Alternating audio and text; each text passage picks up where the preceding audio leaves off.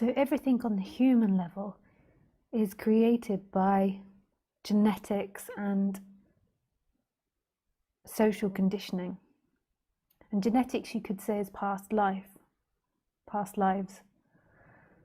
And so everything that you think or feel in this life is down to those two dynamics. And most of the time you take them to be truth.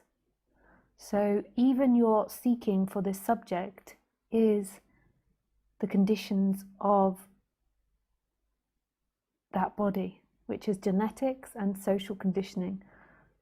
So it's formed out of that. So a series of events apparently in time have led you to this place now where you're seeking non-duality.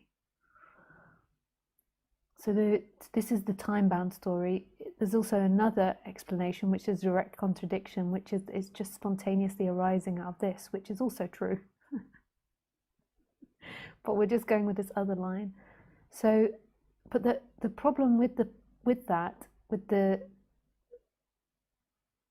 appearance of these social conditions and these genetic responses to habits and conditions.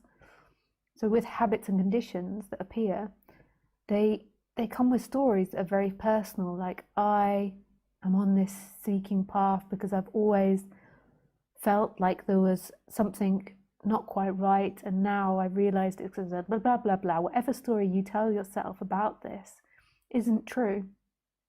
Whether it's the hero story, like I finally made it, my whole life I was seeking something and now I found it in non-duality, or whether it's the victim story of like nothing's ever fitted and now non-duality doesn't fit, I'll never make it. None of these stories fit the truth of what's happening. They're simply perspectives appearing.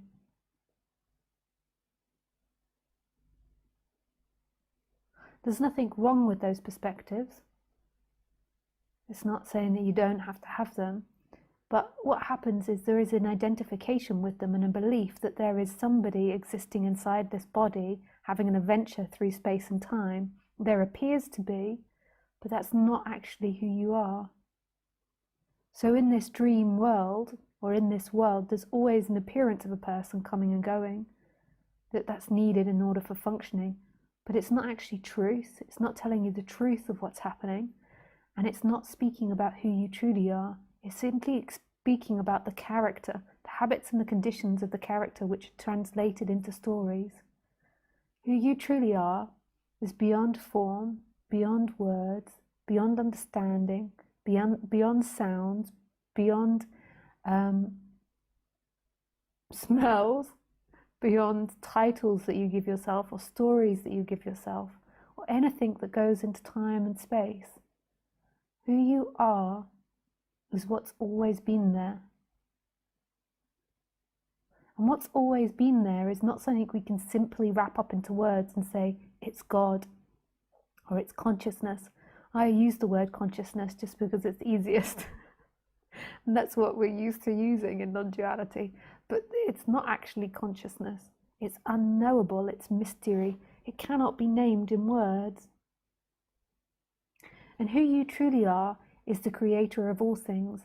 And it's not happening to an entity. It's not happening in there to an entity. It's happening in the experience.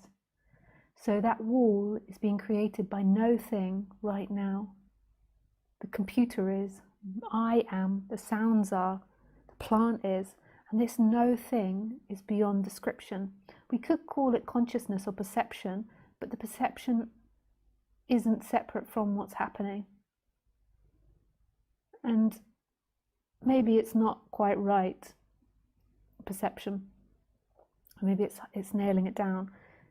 So if we call it perception or watching, it's not separate from the experience. You could say experiencing is creating now, and the experiencing is not a thing and all things. So if you take me, like looking at me right now, like, do I come from time? Do I come from the past? Or do I come from right now? In your experience. And if I come from right now, do I come from a place? Is there a place that you can hold on to? Or do I come from no thing? Not a thing, baby. So juicy.